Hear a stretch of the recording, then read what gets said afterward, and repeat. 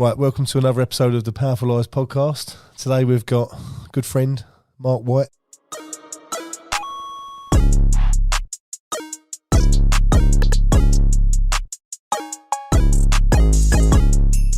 Founder of Ungrateful, along with many other very exciting ventures. Been a fan for a long time and a friend, obviously. Take us back. How did you get to becoming, as of tomorrow, 22 years sober and getting involved in this space? Well, straight in there, mate. Big questions, yeah. Still on that, many other things. As the older I've got, the more I'm trying to just tighten up on my mind. You know what I mean? And my focus is etc. So yeah, like you mentioned, Ungrateful is pretty much my full focus these days, which is all roads have led to today being here with you. So thanks very much for having me on. Pleasure, mate. Appreciate it. Powerful lives. Have I got a powerful life? I don't know. I'm still here. I'm 22 years sober tomorrow, as you suggested. So for a lot of people, including myself, I never take that amount of time for granted. But yeah, it's been a long time. And but for me, very quickly into that journey, I kind of realised that actually sobriety is a state of mind. You know, so obviously numbers matter. And 22 years matters, and there's a lot of lived experience, you know, being sober and yeah, everything that's kind of brought over time. But ultimately, you know, without sounding too romantic, it's about today. It's about who I am today, what I'm up to today, who I'm trying to be today, and not actually ever necessarily striving to be more, because sometimes that can go against you, at the same time, but. Yeah, just like what's realistic within I've found today. you've always been firsts. You've done loads of firsts. You know, like your innovational skills are brilliant, and it's we've seen you get in towns give your town a run around and things like that. No one's thinking about these things, you know, and I don't think it's necessarily financially driven for you. No. I feel it's community driven, and just you're passionate about what you do, and you know, it's good. But how? At what stage? Because you was young when you sort of joined sobriety. Mm-hmm. What happened to actually make you think? What was you 18? Well, you just said I'm, the first or one of the first.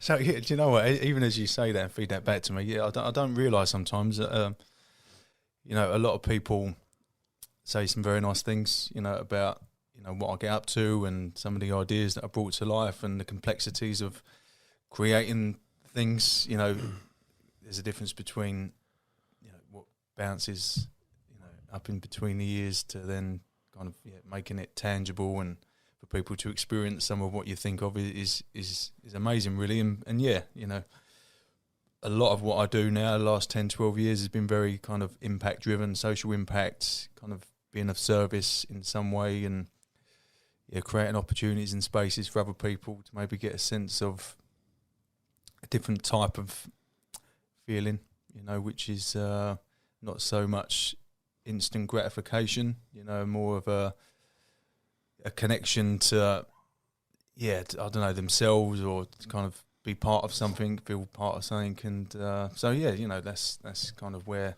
life has taken me. Sobriety has been a massive part of that journey, because of what I've felt whilst being sober is pretty extraordinary. And to kind of... You must be one of the first. I mean, I remember my friend, you probably know Daniel Stock. I don't know if you know Dan. No, rings a bell. Dan's I think he's been in CA. I think he's come up for 21 years. Mm-hmm. And again, it was just unheard of back then. People went into the Priory, but they come out and they still seem to carry on. No one seemed to change. Mm-hmm.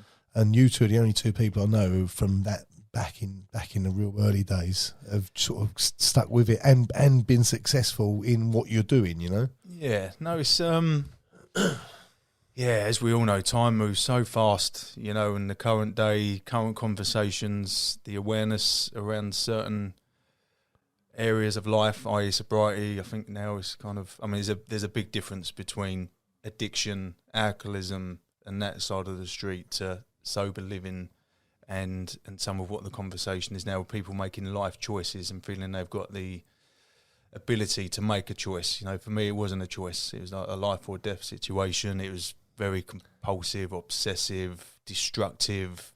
You know, it wasn't nice, very dark, and yeah, I was young. I was 18. I had my 19th birthday in rehab, and just the way that it kind of was it drink and drugs? Drink and drugs, yeah. Drugs accelerate a lot of, you know, what happened. You know, if the drugs weren't about, or I wasn't so curious to see what drugs were like, then maybe I could have carried on drinking for a while longer. Yeah, so it does, kind of take you to a certain place maybe a bit quicker, just because of the consequences, and you know, it's not so socially acceptable and blah blah blah. So, well, I must admit, when you talk about drugs, I remember being in a boozer in Enfield years ago, and the rifle. No, it was Tommy's bar. Okay. Like and people would go in there and they would go and buy their gear before they bought a beer. And I've never done drugs, as you know. I've never touched drugs. Never been my thing. Yeah. Probably a bit like yourself. I quite liked being different. But I found myself back in that era as the odd one out. I was actually unsociable because I didn't do drugs. Yeah. Like mad. You know, being at parties and being the only one who's not sniffing gear. Yeah. Like, and I used to just laugh. It's bizarre. But obviously I still like a beer. Would I ever go sober? Potentially. Yeah, you know? Listen, it's each to their own. I've got no judgment. I'm completely neutral around everything like that. You know, I don't put myself in certain environments, mainly because it's just not part of my life. You know, I wouldn't not go to places. I haven't you know, if I've been invited at various stages to do certain things, I wouldn't say no through fear of I can't be around drink, I can't be around. It's just not my life. Did it take time for that to happen? Yeah, of course. Yeah, because obviously, you know, I think that's the thing, the fear of all of a sudden that big life change. You know, when someone, obviously our friend Ross Mack, good lad, he's coming on soon. He's a DJ. Yeah, he's in an environment that's surrounded by drink and drugs, and that's his work. Yeah, so he can't stop working. No. I think it's mad what he does. You know, he's in a nightclub every weekend, surrounded by what's pretty much killed him. Yeah. Like, so yeah, I'll take me out of to people like, we've obviously got Dapper, who's doing big things. Like it's become not just socially acceptable; it's actually become quite a trend at the minute. I think more and more people, more and more celebrities are endorsing this sort of sober living. Yeah.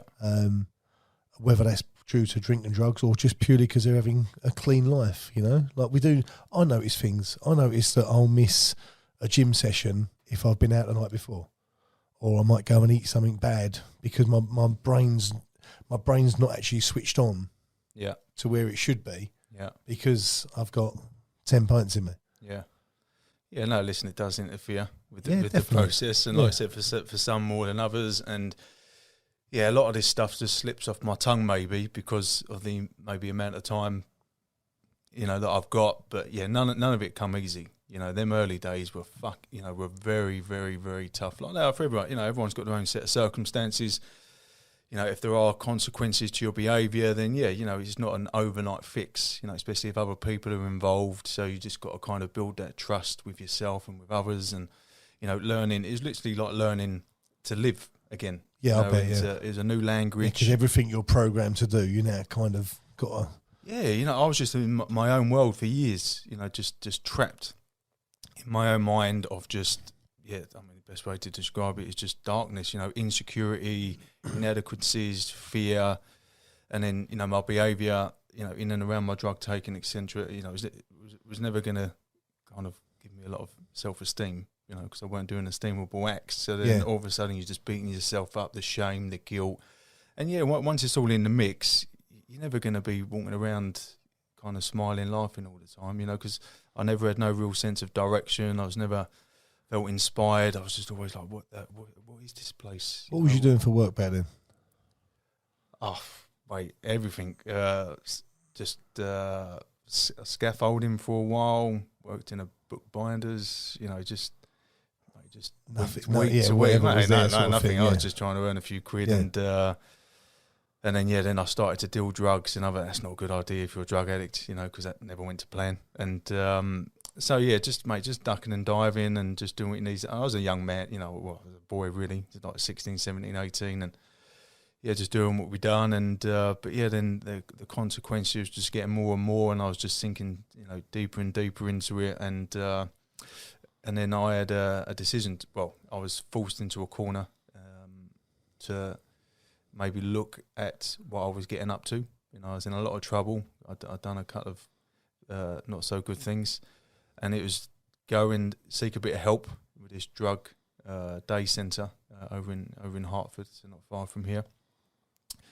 Or, the police are going to get involved. So I was a bit like, okay. So it wasn't rocket science, maybe what direction to go in. Yeah. Even though I didn't feel like I had a problem, I was completely oblivious to, completely in denial. Yeah, so I entered into this day centre, and obviously not really wanting to be there, not really feeling like I needed to be there, but just to get me out of a bit of a sticky situation. And you what, 19? I was 18. 18. Yeah, this was January 2002. And then I went to rehab in June. Obviously, I'm 22 years tomorrow. So, there's a 6-month period there where I was kind of in and out, not really thinking I needed to be here, just thinking I was just, just going through a bit of a dodgy patch, and I was just a problem, I said a problem. I didn't think I was an addict, like a lot of people. And although the awareness around it these days, you've already touched on it, is a lot greater than what it was then. The perception of an addict was a heroin addict, needles in arms, nicking old ladies' handbags, or the alcoholic was somebody on the park bench, and they exist, and I know a lot of them, and they're incredible people now, and they've turned their lives around, and they've changed, and they've made amends, and now they're doing what they do. So, but yeah, that was the perception. I was an 18-year-old scrawny little, whatever. But listen, I was in trouble. I was in trouble. But it's a lot to, at any stage of your life, it's a lot to get your head around, just to kind of look at yourself in that way, and to kind of have that level of self-honesty, and to sift through the denial, and to look in the mirror and think, you need help. Yeah. You need help. You're suffering. People around you are suffering.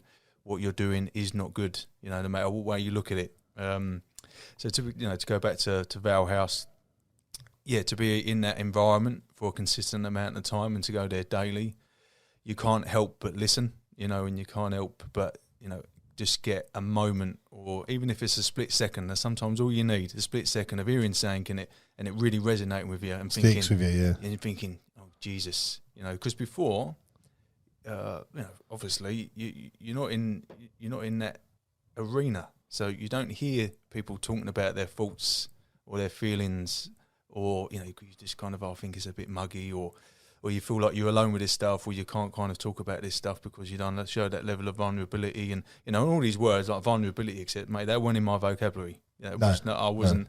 Like I said, it was just completely outside of my world. I think we touch on this in general. Like you say, done a bit of scaffolding and that, and especially in the masculine environments 20 years ago, vulnerability was a real chink in the armour. Yeah. Like you couldn't show.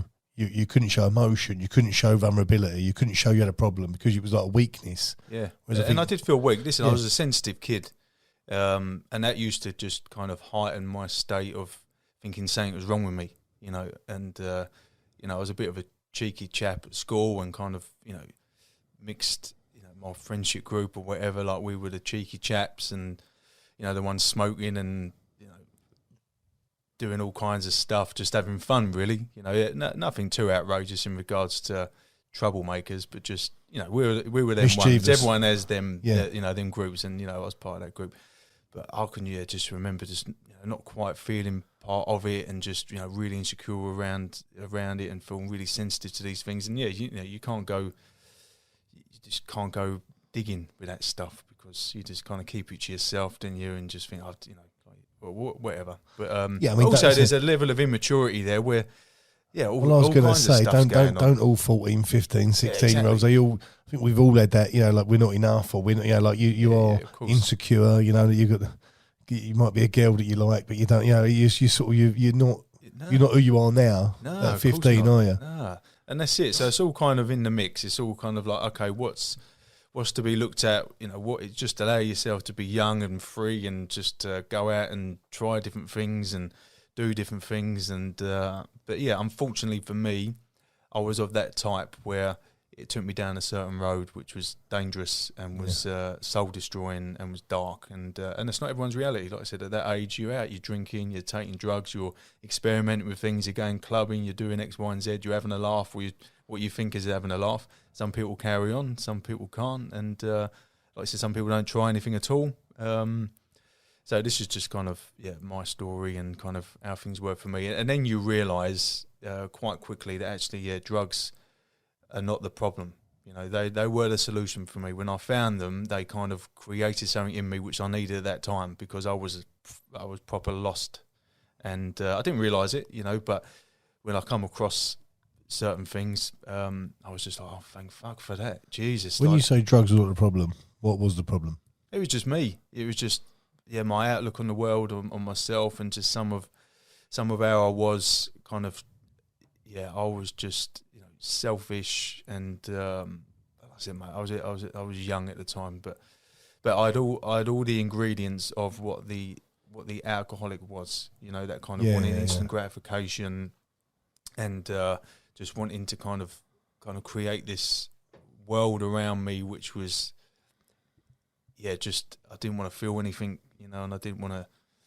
Yeah, mate, it's just suffocating. You know, and so when drugs come along, it's just like, okay, all of a sudden I had a bit of enthusiasm. I felt a little bit different. I boosted you up a little bit, like give you that little, I feel like I could kind of contribute or kind of get involved in things, and maybe a little bit too much. And so like I said, it just so happened that very quickly certain things happened which put me in this environment, you know, and then I couldn't escape the fact of the truth, which was.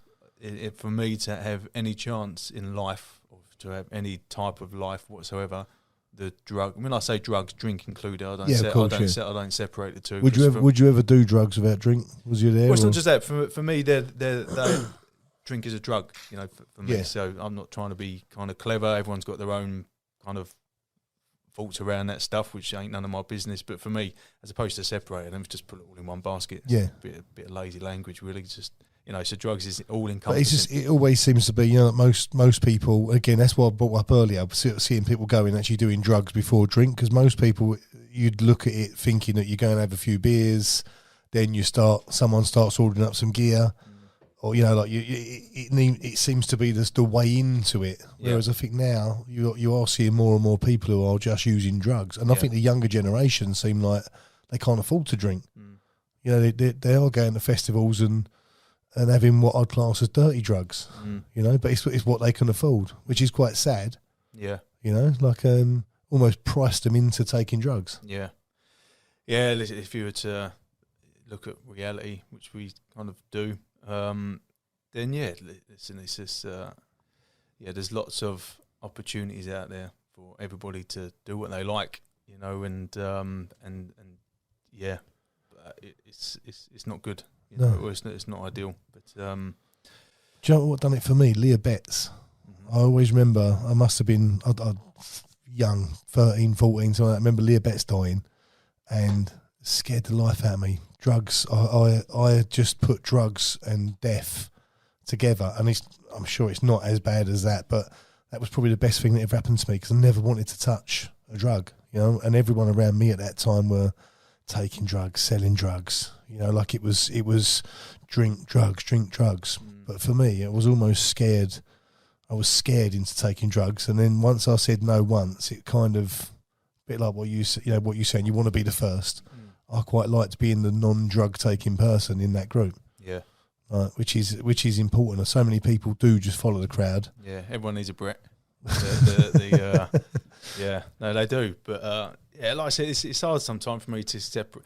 It goes on, you know. So there's absolutely no judgment now. I've got daughters now. You know, my daughter's the age that I was when I went into rehab now. So like, I've got an 18-year-old and a 17-year-old, and you know, they're good girls. They're responsible young women, and but you know, just through their eyes, that this stuff still goes on. You know, generationally, like I said, we're not reinventing the wheel here. Although that, you know, we've come on leaps and bounds in certain areas around awareness. As you mentioned, Leah Betts, how long ago was that? You know, people are still out there trying things, doing things. Unfortunately, some people die, some people, you know, it's just, going back to my own story, which, hasn't always got to be so kind of extreme. There are people out there that can take it or leave it, or they have periods of their life where it kind of serves them well and like you said, kind of is a solution because it gets them through little periods, or they just want a night out, or they just want a fucking weekend off or whatever, and it's just like brilliant. They can take it, drop it, whatever, or they might go through a few years and then, then the family's happen and they want to settle down. Whatever the story, crack on. It's none of my business. Good luck to you. But, as you know, because you've already mentioned a few of them for me, there are more often than not, if you really want to look at the harsh reality of what alcohol, and other drugs bring to you, very rarely does it bring much value. It just don't.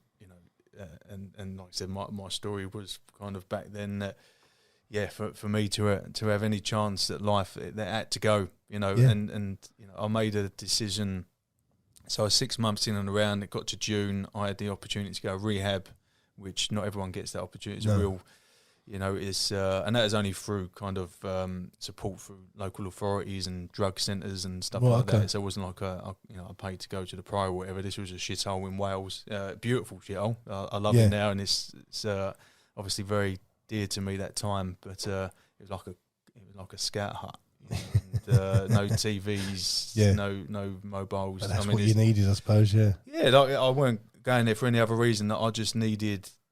I needed to break away, and the opportunity come up, and my mindset at that time was, because I've been around a few months, like I mentioned, I kind of got a bit of an insight into potentially what was wrong with me, and while I was doing what I was doing, I was ill, I was lost, I had no choice, I was obsessed, and I needed to kind of, like I said, I was full of denial and other bits and pieces. So to break away from that and to kind of try and tip over into another side of me, which was maybe a bit more hopeful, and to give myself a chance of a few days to kind of start to build another side of me and trying to build the self-worth and self-esteem, then this opportunity come up. But I remember saying, 2 days. So it was on the 12th of June 2002. I was going to rehab on the 14th, saying to myself, listen, whoever you are, whatever you are, you might not be an addict. Like I said, it might just be a young man, a bit confused, a little bit lost in something. You just need a bit of direction. You just need to sort yourself out. You need to grow up. You need to, just take responsibility and just fucking sort yourself out, mate. Just, one of them ones. It could be. And so I said, just go. It was a 3-month rehab. And I remember it like it was yesterday, just saying to myself, okay, just give it everything you've got. For the next 3 months, just be as honest as you can, get as vulnerable as you need to be, answer all the questions, do all the work, turn up at all the things. And if at the end of that 3-month period, it was just a blip and you've sorted yourself out and you can go back and have a few Stellas, then good luck to you. Crack on. But I haven't drunk since. So when I went in there and I dived into it, and like I said, I just got honest and I started to identify, actually, I am an addict. That's fine, nothing to be ashamed of. But now, what are you gonna do with that information? What are you gonna do with that level of self-awareness? Are you gonna kind of use it to go against you and to feel sorry for yourself, or is the only thing in life you can't do is take drugs? Then Jesus, what an opportunity you've got, and the age that you are. For a lot of people from the outside looking in might see you as lucky. At that time I kind of felt a little bit like I didn't feel unlucky. I started, the gratitude started to come into my life now. Was that when did you start getting involved in the whole gratitude, and did you start meditating 20 years ago, or is that a new thing? Like? No, we'll talk about that in a little while, no doubt. With something I just got up to a couple of weeks ago, but no, I've already alluded to the fact that this was a completely new way of life. It's a big choice, at any stage of your life to make any type of life-changing choice, whether it's, centered around, the choices that you're making in regards to drink and drugs, or whether you're moving out of a relationship or you're getting a new job, like anything that's actually going to have a huge life impact. And it's going to kind of not take you by surprise, but it's going to take a bit of getting used to. So, to be in this environment for that amount of time and to listen to the language and acceptance and admittance and amends and all this stuff, is like, okay, I've got to tune into this frequency now and just start to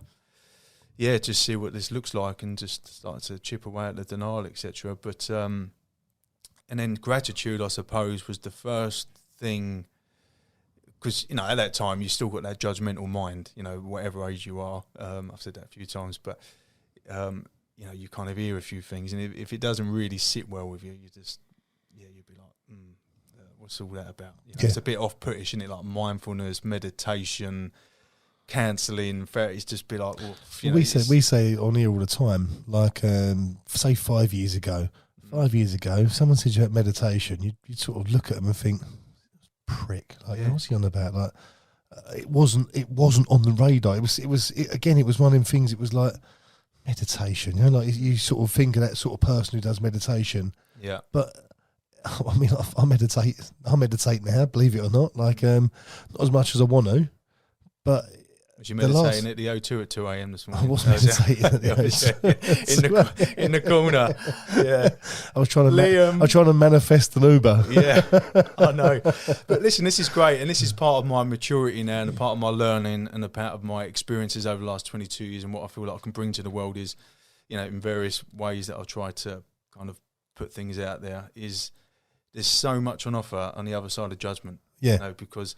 And we're not trying to paint, an amazing picture all the time here in a romantic world, because, all these things on offer can come at a certain time of our life where we're more open.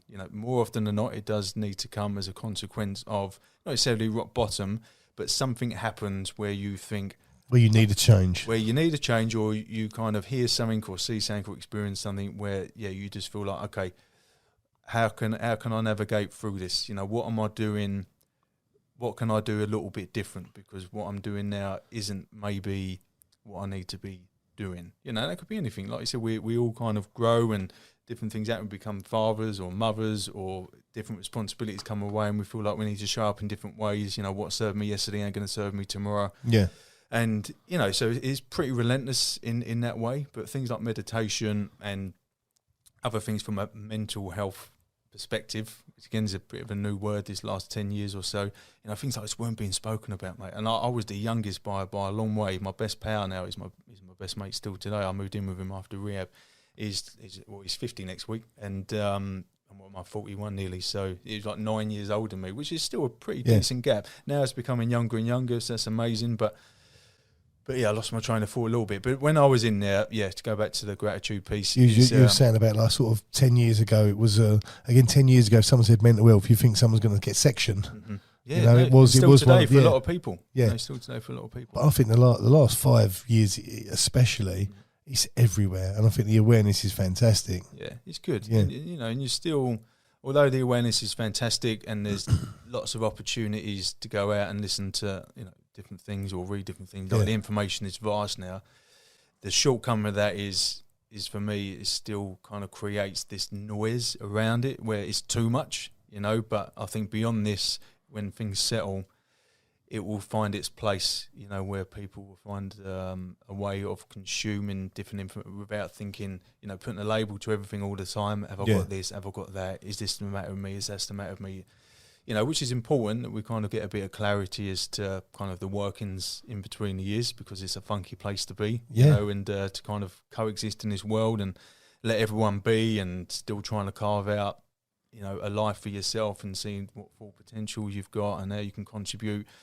But you still having to deal with other human beings and other personalities, and as we all know, in the big wide world, everyone's, a lot of people, a lot of time are going through their own set of circumstances. Some people are out to get you. Some people are out to do what they like, how they like, when they like, and if you're not kind of on that road, it's hard to suffer that sometimes, and to kind of not feel like, like I said, there's a lot to it. It can be complex, but stripping away the story of it, actually fundamentally it kind of always comes back to ourselves and kind of who we are, what we want to do, how we want to conduct ourselves, and what's our intention, and kind of creating that environment around yourself where you can just have that type of energy more often than not, and, and gratitude for me was that doorway into that way of thinking, because I can get me around that.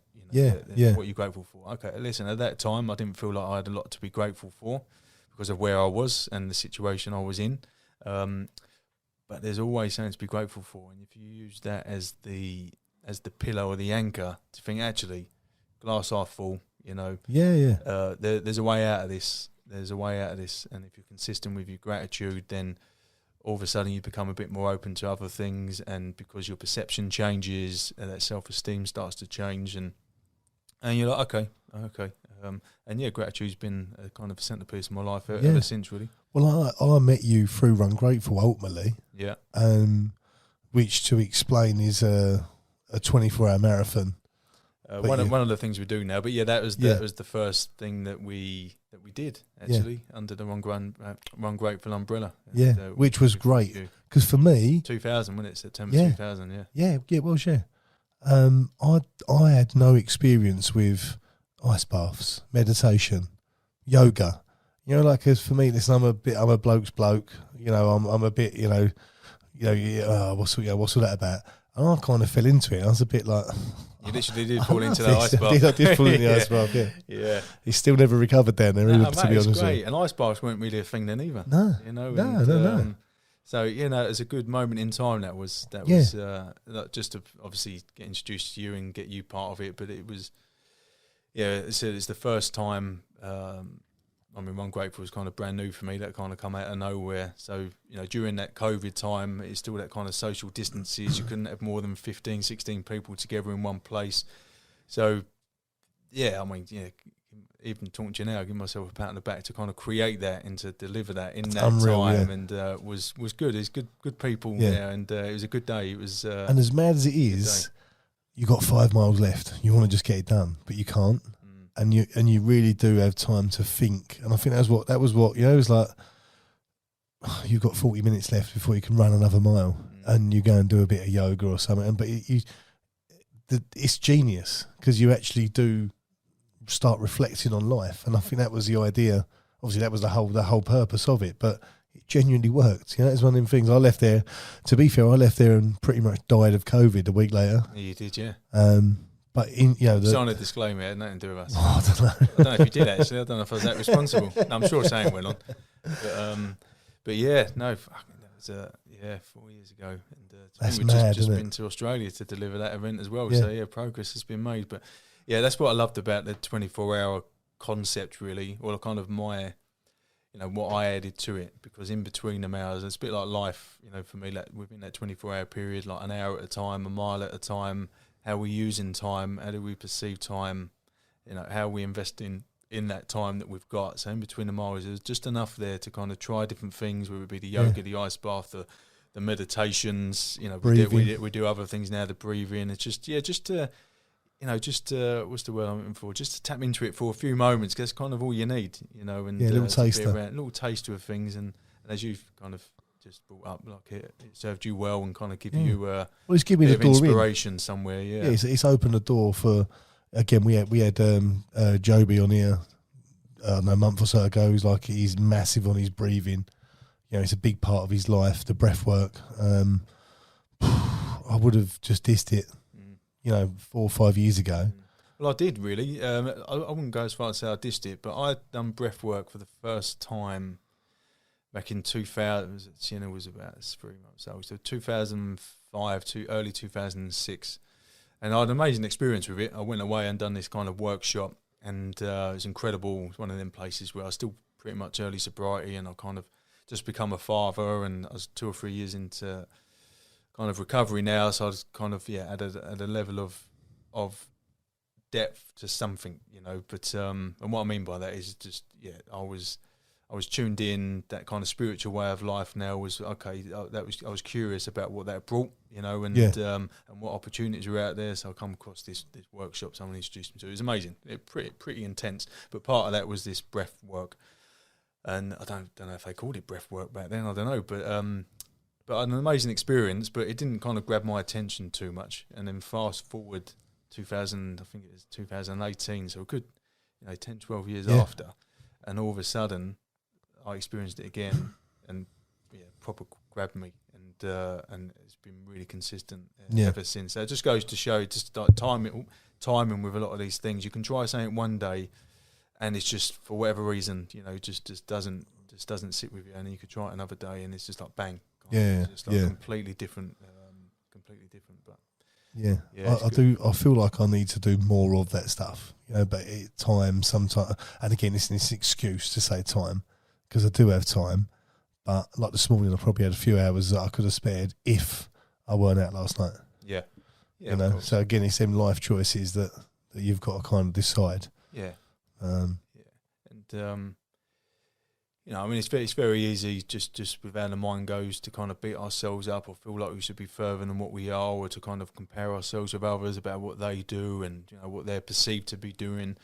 I think we all know. I think we're both old enough now, and we know enough people. For whatever some have got more than others, whatever that means. Some are more successful than others. Again, whatever that means. It's all pretty much a story of some kind, but I think we all know that, listen, like, nothing's perfect. No one's perfect. Some days are better than other days. Some days we feel like we've got it locked. Some days we feel like we're riding that wave of thinking, okay, the lifestyle's okay, the well-being practices that I've got are okay, are pretty consistent. And then other days you just kind of fall off it a little bit, and then the mind kind of kicks, and to kind of get back to it is just hard, isn't it? I mean, I've kind of relate that to running. Because I love to run these days, and if you don't run for injury or whatever the scenario is for 2, 3, 4 weeks, you feel like you're starting again. Oh, you feel like it's a bit like that. It's like in life, like to get the mind tuned back in to kind of being in that place that exists because you've had it before, but the mind still kind of think, no, you can never get back there, or you're never going to do this, or it's a bit overwhelming and things like that, So it's pretty consistent, that kind of relentless nature of things. But I think consistency is the key, and I think that's what I lack. I lack the consistency. Even with my training at the minute, I'm training 2 or 3 times a week. Then all of a sudden I train once a week, and that consistency is what lets me down. And I'm openly admitting that. That's kind of where I know where I go wrong. But watching someone like you seem very consistent in the way you deal with your life. You might tell me different, but you always come across like you're always doing something good. And you'll go, I'm going off to do X, Y, Z, and I think I'd love to do that. Yeah. Okay, I can answer this. I'll try my very best. Listen, I've been around for a while now. When I say been around, I suppose a lot of people like to hear about my sobriety journey. That is kind of part of who I am now. It's not all of me, but that kind of sobriety piece shows a level of, I'm capable of something pretty outrageous, because a lot of people look at that and think, fucking, how did you do that, or how did you do that? And it's kind of, people just interested or intrigued, and which is amazing, and especially like the piece around the age that I was, etc. Like there's something there that people are interested in, which I understand. But I try my best to kind of, even though that is the reality, and I'm very proud of that, and I don't take it for granted, that I'm still a human being. I'm still trying to get through and get by and pass through and all this kind of stuff, and for that to happen, and with the way that I choose to engage in the world, things come at you. So you never reach that perfect place where you feel like you've arrived. You kind of there's always a battle somewhere. Well, the battle, and and I'll try not to. I'm trying to articulate this in the right way, but listen, I'm not perfect. No one's perfect, but I don't want to. I've got to be careful of the language that I use as well internally, because I do show a level of consistency, in my life, which serves me really well. But I suppose, throughout the last 2 or 3 years in particular, quite a few things have happened, which is kind of really rocked me and thrown me, and kind of, I've had to question a lot of things, and I've had to kind of really look at, certain aspects of my life and my thinking and how, just everything, because just circumstantially quite, See, the boat has been rocked. But listen, we went through bad times at the same sort of time, didn't we? A few years back, and I always think everything pans out. It always works out. You just can't see it at that moment in time. You look a year back and you think, you just got to trust the path. And like I said, a lot of the language that I use now, and for you just got to kind of trust the path, trust the work, and it is worthwhile. You know, not consistently. Like you know, you want to have a laugh as well. You know Yeah, what I mean? You're not here yeah. to just kind of keep delving and being, processing things and looking at things and, doing all this kind of jazz all the time. You know, it's just to use that information and to kind of use that self-awareness and to go out and kind of live it. And for it, not to be so heavy all the time, but. I think we can all agree at the moment, like the energy around the place, just the world really, and I don't consume much of a lot, I don't read the news or watch the news and other bits and pieces, which can be a little bit daunting sometimes if you just look at, what's going on, you're like, oh, God. But still, you can feel that energy is heavy for a lot of people. Big time. And I'm the type, I grew up in a certain environment, i.e. AA and other places, in and around that kind of vibe where I'm very solution based now. It's in me, it's in the fabric of me. I know what can be done by doing certain things and looking a certain way and kind of, trying to contribute in certain ways and being open and listening to people and helping people. And so for me to feel powerless in certain ways is hard sometimes, because you want to, what's the solution here? We can get through certain things. We can hold a certain feeling for a while. To feel isn't always a complete disaster. We are human beings. We're allowed to feel things. Yeah. You've got to be very careful. Like, there's fine lines with a lot of this stuff because you don't want to feel sorry for yourself. But grief is grief, and to kind of exist, kind of is what it is. And my kind of go-to in the past, i.e., kind of. Starting himself as an addict or whatever is to not feel. I want to escape it. No one, and even now today, 22, no one wants to feel some of these feelings. No one, because fucking they're uncomfortable, mate. You know what I mean? There's that anxiety, there's that stress, there's that fear, there's that uncertainty, there's that doubt, and this, it does. It's not, it's not ideal to feel that more often than not.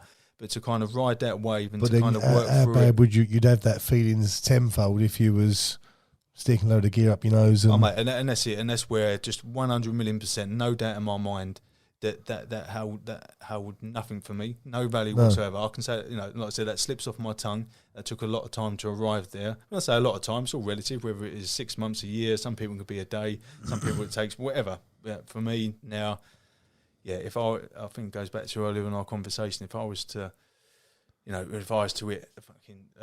a dodgy time and my head was to be consumed with go and have a drink, go and have a drink, go and have a snort, then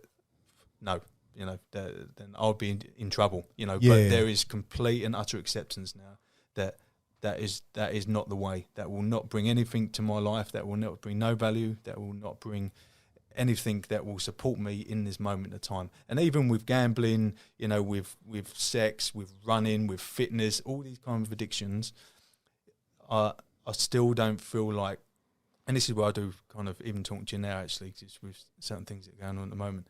Yeah, I'm pretty proud that I kind of sit with what comes, and I've just been away to do something just to kind of create that space for myself, because it can become really overwhelming, and it can become...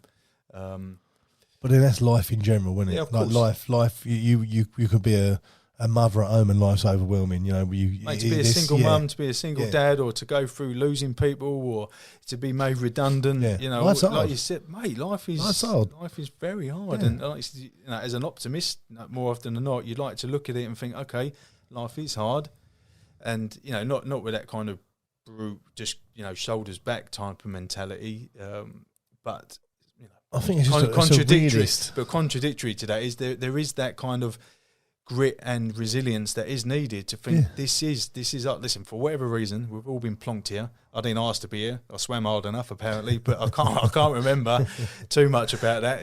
I must have been running away from saying wherever I was before.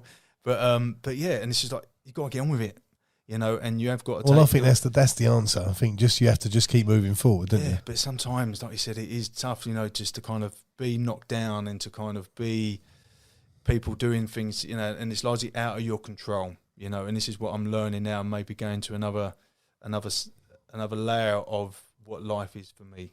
I just took myself away to something which was completely random, completely spontaneous, but just kind of created that space because it is going on around you. It really is. But kind of how are you reacting to that, and kind of what's your place within that, and are you, yeah, mate, it can be a bit of a minefield, and even me talking to you now, I'm thinking like, okay, you're overcomplicating it, but. Tell me more about that retreat, because that retreat sounds incredible. Yeah, no, it was like it never happened now. It's crazy, but the like I said, the last couple of years or whatever, there's been a few things going on, big things, like change of environment, financial ruin, divorce, lovely things, and of course, it sounds like funny. But listen, it is what it is, for whatever reason. And so, just trying to kind of weave through that and to kind of accept it, and my part in that, and a lot of it is divorce is very amicable. And you look at the stats now, like it must be 50% of all marriages are failing within a certain amount of years. Like, oh, do they? It's crazy. Yeah, the divorce rates are crazy. You just brought back a little. It's amazing what's kind of in the back of your mind somewhere. Talking of stats, I remember when I left rehab, someone threw a stat at me, because I went after Wales for 3 months. I went to Weymouth for 3 months. So I had 6 months out, really. Yeah. And when the time was coming up in Weymouth to come back home, they were like, oh, the stats are, you ain't going to survive. You know what I mean? You are going to relapse prevention, all this kind of stuff. You need to do X, Y, and Z. And there was no real ego there. I was thinking, no, I'll prove you wrong. None of that stuff going on. I heard it. Yeah. Like I said, I was still in a scary, vulnerable spot. Yes, I had 6 months, but grand scheme of things, you've been wrapped up. Your breakfast, lunch, and dinner's been cooked. You had to clean the toilet every morning, or mow the grass, or you had responsibilities. But fundamentally, it was like I said, I don't want to paint it to be a luxury. It was very, very difficult. But yeah, I wasn't in the outside world necessarily. Like open to opportunities or choices, and so I had to be very careful. But anyway, the stat thing. Yeah, I forgot who it was, but I remember listening to that, thinking, I ain't going to be one of them. I ain't going to be one of them stats. Like, if I want this enough, and if I'm willing to do whatever it takes to stay sober, then you ain't having me. I ain't going back there. No way in the world. And so that was then. So to bring that into kind of current day, and that kind of fed into the marriage thing. I don't want to say too much, because that ain't all my story to tell, and my daughters and stuff like that. But yeah, of course. I won't say more than what they know. But I don't want to speak so genuinely either, because that's dangerous sometimes as well. But being as specific as I can, we were married a long time. 15 odd years, together for 18 odd years, 2 amazing daughters, a lot of respect, a lot of love, still care for her a great deal. We still get on very, very well. But taking that mindset into the marriage, I take it very seriously. And I wanted to be married forever. And we know that it's going to have ups and downs. Well, it's the vows, isn't it? Through thick and thin and up to whatever the fucking vows. I've forgotten that so long ago.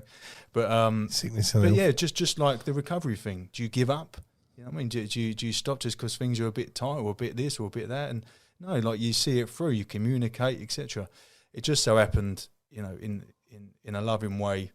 We sat down. We had maybe a couple of conversations a couple of years prior to it kind of finally ending.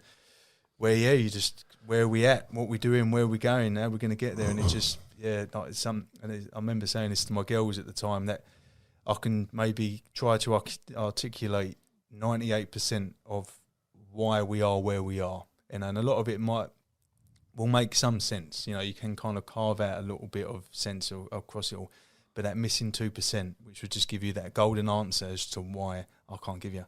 Yeah, and I still don't know now, and that's just the tapestry of life, as you've kind of mentioned more than once. It's just different stages, different things happen, or you think different ways, or the journey I'm on. Sometimes you just grow apart, don't you? Grow apart, yeah. And it's a shame. And if it is a shame, and we used to talk about, your grandparents were together for 50, 60 years. Some of them were. And they fucking hated each other, but there was no way out. So, as much as in an ideal romantic world, we all stay together forever. I've come from broken relationships, but it was for the best. And each time, I think I've come out with children, and like certain friends for me. So you do take out the good parts, but I think sometimes you need to. And again, it might not be both parties, but sometimes there's a happiness that's not 100%, and you can find it somewhere else. Yeah. You know? Yeah, no, of course. And, you know, throughout, you know, you the hope is that you land at that stage of the process of the grief where, there's acceptance and it's like, okay, what's done is done, you know, and like I said, the way that we dealt with it and handled it in the grand scheme of things was the most healthiest way You put the possible. kids first, that's the thing. Put the kids first, we're very honest with the kids, and I never call them kids, the girls, I call them the girls, the kids, well, that's a bit random. But yeah, it's one of them where if you were to know now what you knew then, because what's happened afterwards has been, you need to hold tight, you know, because the emotion that comes and everything, you know, just with the girls and other bits, and to sit them down on that day and to call them down to the lounge and to kind of share what we shared, knowing that their lives were going to change forever and our life, not good. Big moment, you know what I mean? Big moment, like really not, you know, you don't want to find yourself at that stage. But yeah, you know, fast forward to get back to the point. Some things have happened, you know, and which is okay. So it's just to kind of just acknowledge it, to kind of go through it, and other bits and pieces, and it's just circumstantial that 2 or 3 other things happen in and around that time. I think but that's what makes it worse. I think if it's one thing, it's a lot easier to deal with. If you've got multiple things, it does feel like the pressure's piling on, doesn't it? It was a shame that a few things happened. It's like, fuck, like, come on now, throw me a bone. Yeah. Because a lot of it is quite positive as well, and maybe, you know, without talking specifically, because what I mean by that is it could seem, if you don't tell the whole story, it could seem that it was all because of one thing, you know, like, business didn't work, financial ruin because of the divorce, and it wasn't. None of it was because of anything. No, it wasn't linked. Yeah. It wasn't linked. It was just all bad going timing. on. Just, you got divorced because you work so hard, or because none of that. You know, it's none of that. But it could. But anyway, look, like I said, it is what it is. But yeah, and then I left it a good few months, and then got involved in another relationship, which kind of broke. That kind of broke down tail end of the year last year, and that was very sad and upsetting, and other things. So yeah, there's just been, you know, and also with that responsibility of, you know, being X amount of years sober, sometimes I feel like I shouldn't find myself and even talking to you now, mate. This is turning into a bit of a therapy session. I shouldn't find myself in certain scenarios because there's a level of self-awareness, there's a level of experiences and evidence that I've got to feel like, stuff like this shouldn't really happen in inverted commas, and that's quite sad actually. Even saying that now is just like fucking hell. How do you mean on that? Is that you sort of trying to protect yourself? Maybe it's just, like I said, some of this I just come into mind as I'm talking to you, so I have to kind of go and investigate. Like a lot of people, they hold back and they won't commit to relationships after, because they're frightened of what they don't want to go through the breakup again. But there is that. But I just think collectively, just with some of what I do and how I do it, sometimes I feel like I should. That's another conversation. But the Vipassana that I decided to kind of do was pretty spontaneous. So a few days prior to me going, which was the week before last, didn't even know what Vipassana was really. I thought it was a cocktail. Yes, there's none of them there, mate. But it was amazing, and I was proud that I, as always, had the open mind to kind of do these things, and I kind of Googled. I Googled silent retreat, and because I just felt like I needed to create space. You know, I was in a pretty heightened state. You know, there's a lot going on, a lot of really positive things going on, and this time last year I was kind of at a certain things weren't so great maybe, and I could kind of just feel some of that overwhelm coming back. I was like, listen, Mike, you ain't there. You know, you're far from it, so you just got to just manage it and not get too caught up in the story of it all. And it's like, okay, how can I learn from last year? So I thought, just take yourself off. It felt a little bit irresponsible because of responsibilities and my daughters and other bits and pieces, but I thought you just need to fuck off. You know what I mean? You just need to drop your phone. In 20 years of like self-employment, you know, trying to carve out certain things, I've never not been without my phone. I've never not chased. I've always kind of, just waiting for that. The coup. I think that's the next addiction, if I'm honest. Yeah. No, there's something in that because it's kind of tied up with bills and life. You feel like you haven't got a choice but to keep on that horse, and especially the self-employment thing and that kind of push and pull with it all. Like, no one's putting a gun to me head. I can go and get a job in Tesco's tomorrow if I wanted.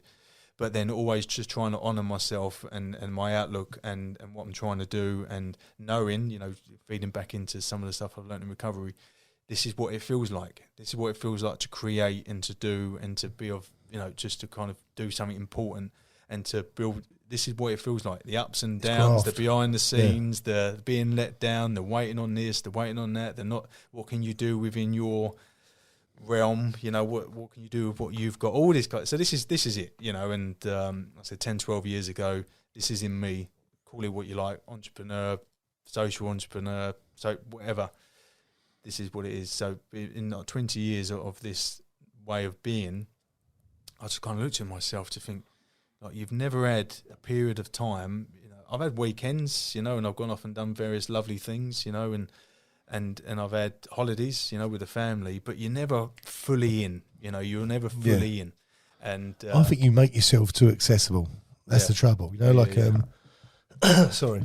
In the old days, you wouldn't ring someone's house phone after 8 o'clock or 7 o'clock, like, whereas now, because of mobile, it's one of them weird ones where you're like, I'll have people ringing me at 6 o'clock in the morning. Yeah. And I've allowed that to happen. Yeah. Because really, there's nothing, they don't need me at 6, surely. No, that's it. I mean, every now and again's emergency, but I started taking calls at 7 and I started taking calls at 6. Like, I should have shut that down. Yeah. And I think we've all become slaves to the mobiles. But that's, you just kind of shared, there's a level of self-awareness around that. Your behaviour isn't as it should be. And I say should be, could. I'm not a fan of that type of terminology, but we need to protect ourselves within this somewhere along the line as well, because otherwise you can just become, otherwise there's no boundary with it. There's no kind of stop, or there's no line, and you just fall into this, way because it's socially accepted now. There's an expectation that, like you mentioned, you're always there, and I'm the same, I'm not, I'm a busy-headed guy, and I want things done, and I want to be proactive, and I want to be, kind of one foot in front of the other, and, I'm not impatient. So I feel like I've got a pretty decent, it's always a dance, but, sometimes I feel like, okay, things take time, Mark, and then you kind of, so you just got to embrace the process with all that it comes. But listen, it is what it is. So to kind of think, okay, you've never had this time off, you've never left phones behind, you've never carved out this kind of, and it seems a bit harsh, but just go and be completely silent. I've done a silent retreat a few years ago, 2008 or 9. Gracie was, she's 70, so around about that time. And it was 80% silent. I shared a room with my pal, and so we had, we had a little chat. We had a little chat every, most nights and stuff. But still, at that time, 80% silent was 80% pretty hardcore. Fucking, and there's an amazing time, top of a mountain in Mallorca. I learnt a lot. Blah blah blah. Yeah, I've been at this stuff for a very long time now, talking to you about it. But this was completely, mate, if I said 50 words in 7 days, I'm exaggerating. Yeah, it's mad. And it's only because you get an opportunity to have 10 minutes with a teacher just to kind of talk about your practice and if there's any kind of doubt in your mind. So it's very to the point, it's not just have a conversation. So, yeah, mate, it's amazing. So it was over in Reading, shared with my girls. I was just like, listen, Dad needs to do this. So, I'm going to be going to this place, complete lock off, phone stand behind, out of office went on for the first time ever. Yeah. A few decisions I was waiting on, or a few people that might wonder where I am because I'm quite easily accessible. I just kind of put a message on my WhatsApp to say I'm off WhatsApp, etc., etc. I kind of, set the scene the best way I could leading up to it, just so I felt like I'd done my best to, be responsible, because a big part of me was still very much like, oh, you can't go away, you need to do this, you need to do this. You're tied, you're tied to your life, You can never create that perfect scenario, ever, and it's just like, you just need to do this. So, it's a Vipassana retreat, and yes, silence. It was like up at 4 a.m, well, bell went at 4 a.m, up at 4:30, in bed by like 9:30, and it was just a lot of meditation, a lot of walking meditation, sitting meditation. There's some, Yeah. There was and some new people, some good networking for. Well, I suppose I was saying that you can't talk to anyone, you can't do that. And even the networking thing, like you said, do you know what? That was one of the most powerful things with it. I mean, even Vipassana is like seeing things for. I think it's like seeing things for as they are. That's what it means, and that's what I wanted. I didn't want to go anywhere, and want to be anyone or expect anything from anyone, or anyone expects anything from me. So even that, like you said, it's in us. It's just like, okay, who's going to be there? Or fuck that. I didn't care. I didn't want to know who you was. And like I said, it was helpful that no one could brilliant. talk. Yeah, it's actually, and that was part of the experience that I wanted. It's just I always feel like someone wants something from me, or I want something from somebody else, and I don't like coming from that space. That's not really what I'm about. But because of pressures and because of consequences to certain things, I feel like that energy is around me more often than not. And listen, you've got to live in the real world. There's an expectation, and like I said, there's a trade-off with certain people in certain areas of life. So, but that's what it is. I'm not kind of completely downplaying it. But anyway, it felt the balance was a bit off. So to go somewhere and to not talk to anybody and to not know anybody, it's like they weren't there. It's like you're in your own little bubble, and to kind of have the ability or to kind of now get a sense of how you could support yourself with not getting so consumed with the mind, and just observing it and switching the brain off. Well, yeah, but part of it for me is sometimes with the meditation thing is I can't switch my brain off. Yeah, which is okay. Maybe that day will come where through practice and consistency you reach that level of expertise where you've got enough control in inverted commas over your mind to feel like it's not saying nothing to you, which sounds blissful. And to be fair, I had a meditation experience, which was something I've never had before in my life whilst there, which is amazing. But fundamentally, Vipassana for me felt like you're observing the mind. The mind is there, the thoughts were there, the patterns were there, but you're just kind of looking.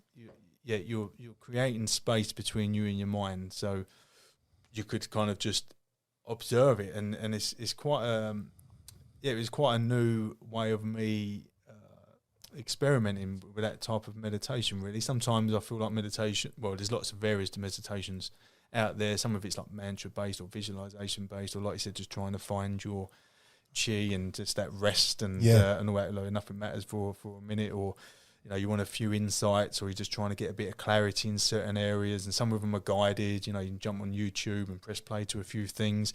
Some of it get it through yoga, through running, whatever meditative state you find yourself in. So for me, this was quite new.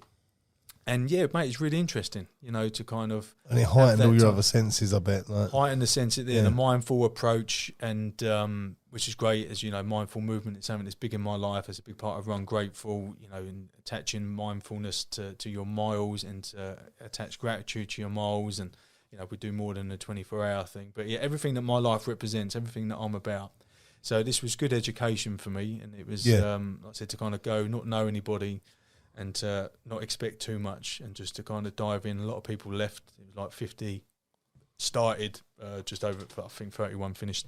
That was shared with us at the end, because it's intense. We're on a holiday, and you're up for a lot of hours. You're meditating for a lot of hours. I'd never had a meditation practice, so physically it's quite hard on you and all. Like, you're not sitting in no cinema chairs, and you're out in the elements as well, which added another little bit of something to it. I've noticed that with breathing, like breathing done properly is exhausting. Yeah. Like it's a proper workout. But it's all exhausting. The mind's exhausting as well. The way we suffer, mate. I know we've had conversations in the past. The suffering we put ourselves through is excruciating. Yeah, we don't deserve. Listen, there's a few people out there which, you can quite easily judge because of some of what they've done, and you kind of think, okay, don't come nowhere near me because you're just wrong.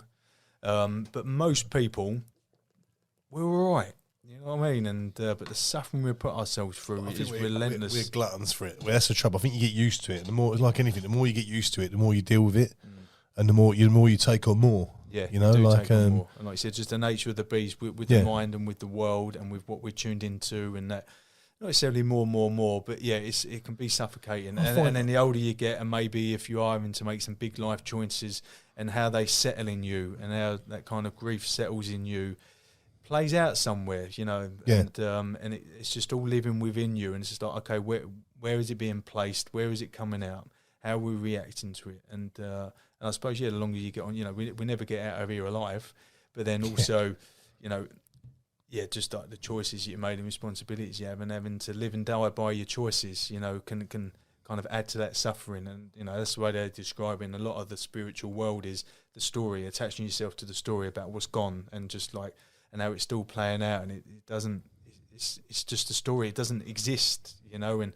And sometimes if you don't quite know what they're meaning by that, or you're not hearing it maybe how it's trying to be described, of course it exists. It's tangible enough. I know it because I lived it, and it's happened, and it's made me feel it. Of course it doesn't. It doesn't. It's just you hanging on to it. It's you attaching yourself to it. It's you still living in that hell of it, or that suffering of it, when it don't need to be about that, you know. So, like I said, this stuff ain't an overnight fix. You know, you can go quite deep with it, but on the surface, that's part of the barrier to it, because it hasn't got to be so deep. We make it deep, you know, because we make it complex. But, you know, such is life. On that, roll us into Run Grateful and what the plan is, and how people find out about it. Yeah, Run Grateful, as you know, love it. It's done a lot of good things over the years, met some amazing people over the time.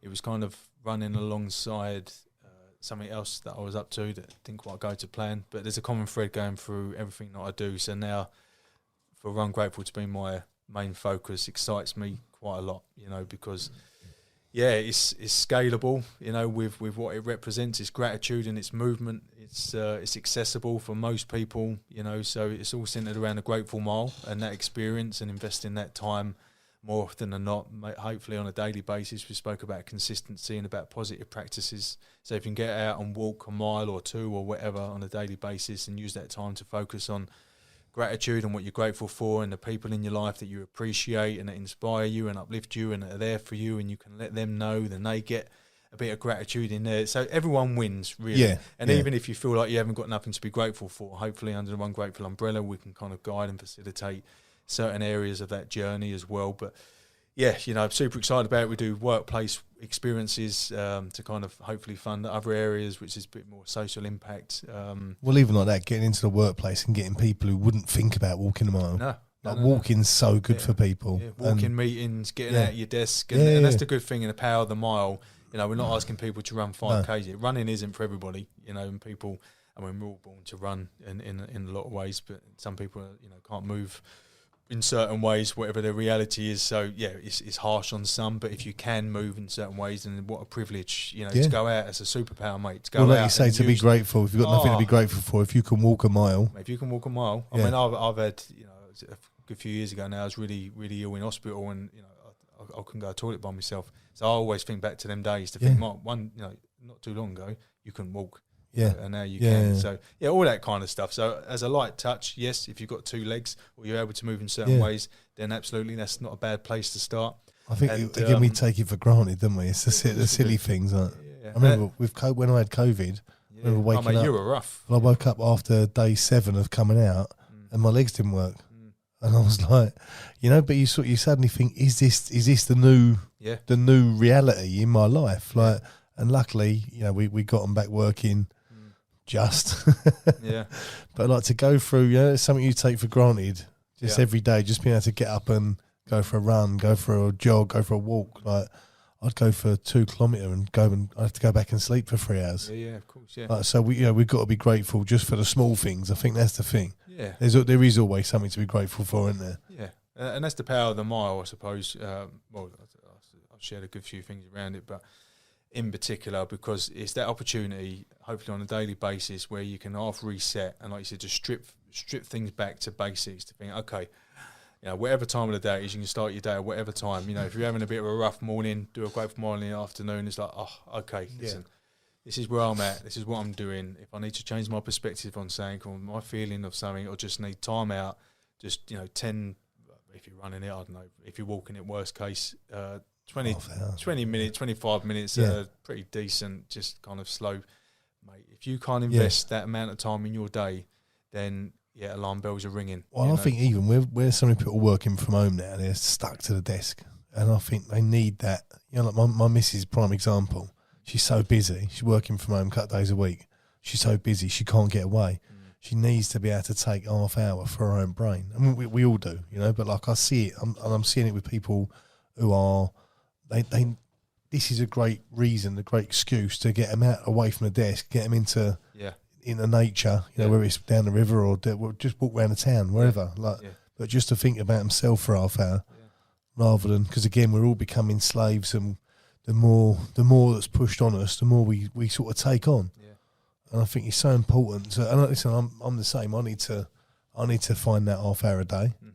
You know, we're all guilty. Yeah, of course we are. Yeah, and like I said, I mean, listen, I'm no scientist. I shared this the other day on another podcast, but it's there. Proof's in the pudding. Like you get outdoors. If you depending on what environment. Listen, if you're in Broadwater Farm, I'm sure this is like, mate, you won't come walking around here. Well, it make you run faster, wouldn't it? It'll make you run faster. But I'm only saying that not out of turn, because I know people that live there, and I'm close friends with people that live there, and it's just like, but that's part of the attachment to the story. It's just like, whatever our environment, you know, if we kind of get a sense of hope, you know, whether you're walking around thinking, okay, how can I contribute towards this place? How can I make it better?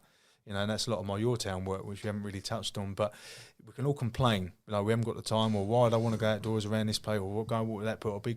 It's just like, okay, let's strip it back. Like, what can I do? How can I contribute? You know, instead of complaining about saying, kind of, you're part of the problem. Yeah. You know, so a lot of that goes into the fabric. So same with Ungrateful, and the workplace experiences, and you know, there's obviously a big conversation now. So there's a good audience there to kind of get this work into, and I like the way we position ourselves, because if you haven't got a gratitude practice, but you move often, you know, because you like going out for a walk or a run or whatever, then fantastic, because this might be an introduction into how you can get a gratitude practice into your life, which is quite light, but it's a nice thing to have in your armoury.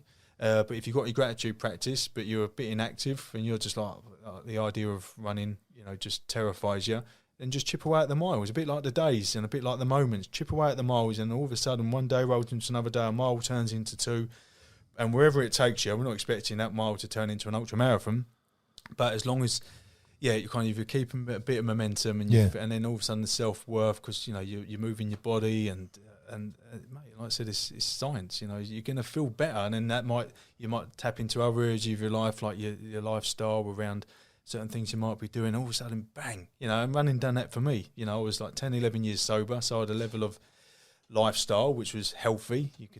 But I still had mobilites and all that kind of stuff. So I give up smoking, started to run, and all of a sudden that just opened up this whole new world for me. You know, around other areas of my life, around kind of diet and around other types of movement, and it's like bang! It's like, no one told me this. I just thought I was trying to give up mobilites, and so you never know what's around the corner. Yeah, you know, that's what I'm saying. Yeah, one thing leads to another.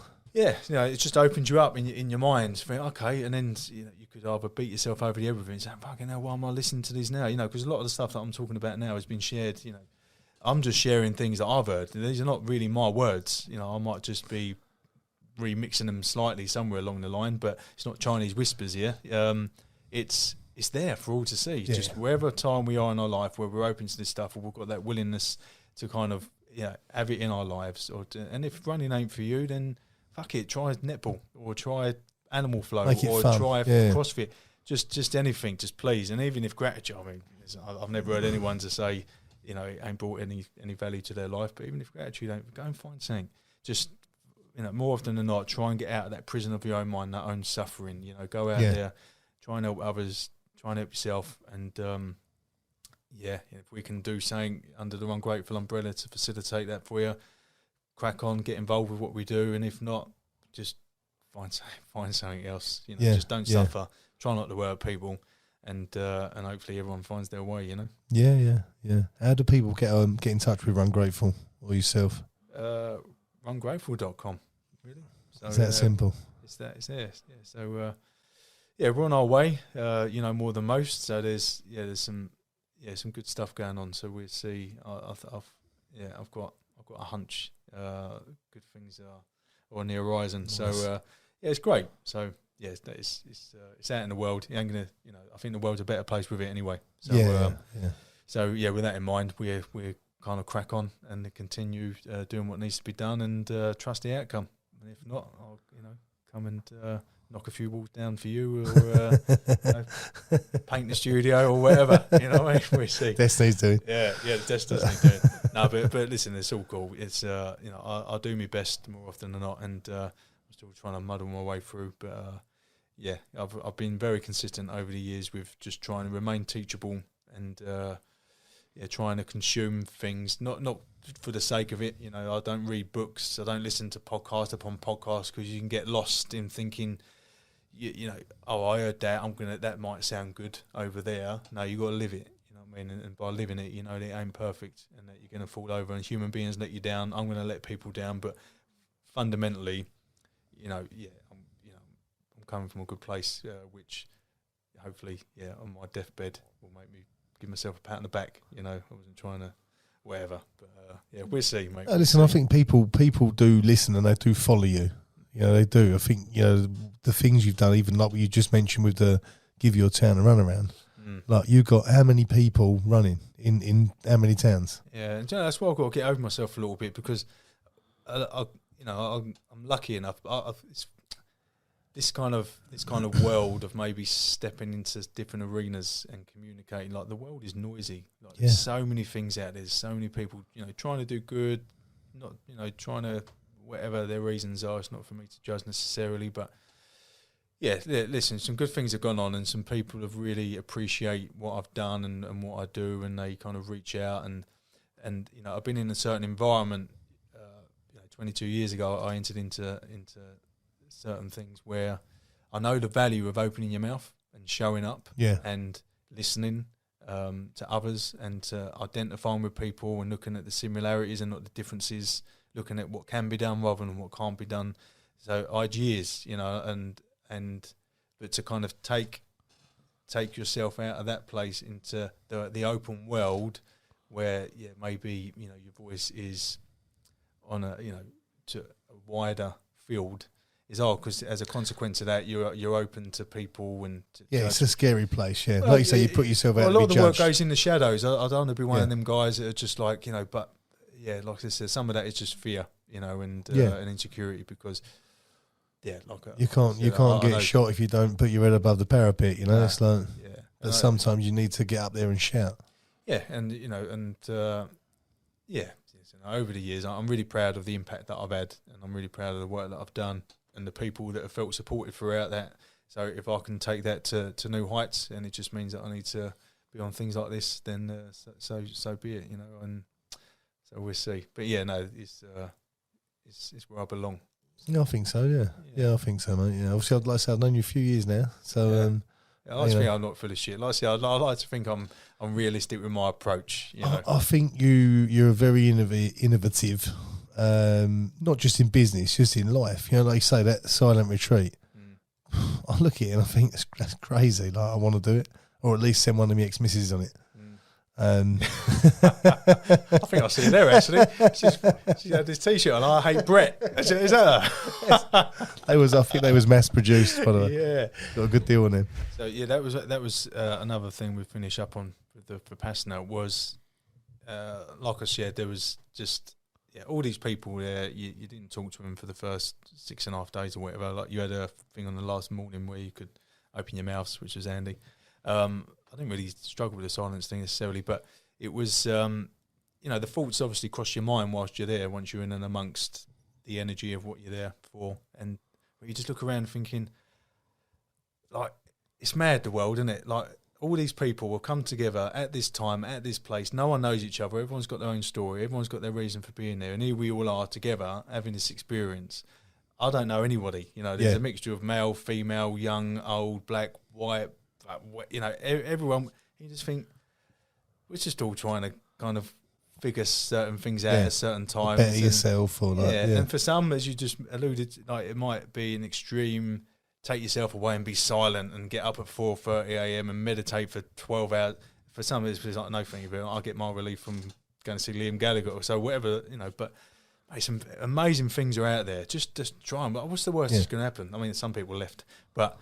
Just, but even that, they probably still took something from it. If they'd done that for 2 or 3 days and then gone home, I bet I bet they regret leaving. It's one of them. But instead of, and like I said, I don't know him. I'll probably never see him again. But that's the mind. Regret the leaving, but kind of congratulate yourself for going in the first place and being willing to at least, wherever it takes you is part of it. But yeah, what recovery has shown me in particular, I'm still going with that, obviously. Like, I've never reached that final destination with it, but if you're going to say you're going to do something, do it. If you're going to commit to doing something, see it through. It's like leaving the Spurs match halfway through, Some days we claw it back in the final minute, you know, and it's just like leave at the end, never judge anything just halfway through, just see it through. As hard as it is, because it's really hard sometimes, but just dig fucking deep, and just no matter what, just don't give up, you know what I mean?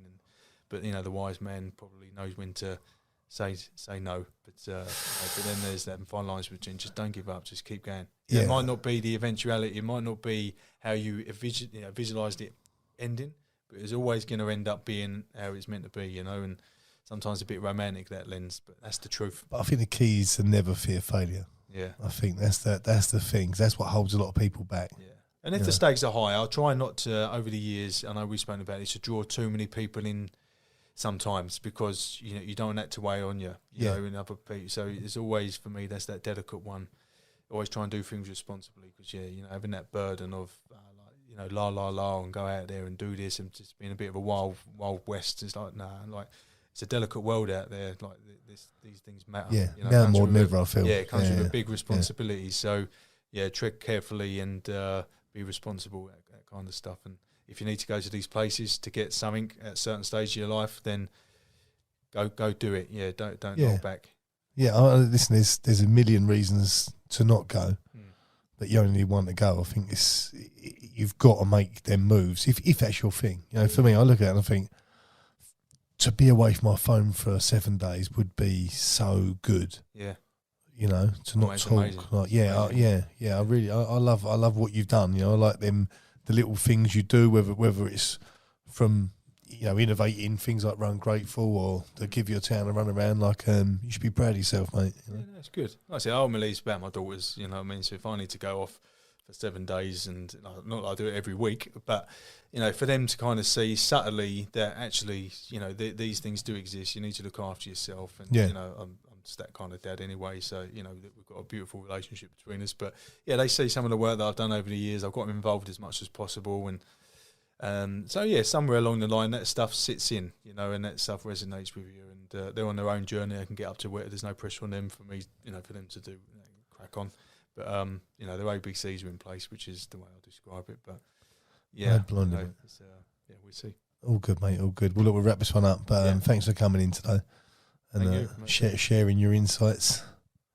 God knows how that come across, but we'll see. We'll see how it lands with people. I'm saying there's something in there for somebody. So if not, move on and go and listen to another one. But that's it, isn't it? Good man.